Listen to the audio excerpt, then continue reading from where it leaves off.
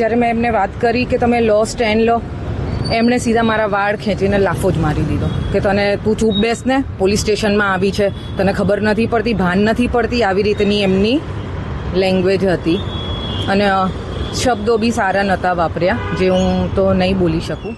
દિવ્યાંગને મારવા મુદ્દે સસ્પેન્ડ કરાયેલા મહિલા પીએસઆઈ સોનલ રાઠોડ વિરુદ્ધ વધુ એક ફરિયાદ સામે આવી છે. દિવ્ય ભાસ્કર પર સોનલ રાઠોડના સમાચાર જોયા બાદ અમદાવાદમાં રહેતી એક યુવતીના 5 વર્ષ જૂના ઘા તાજા થયા છે.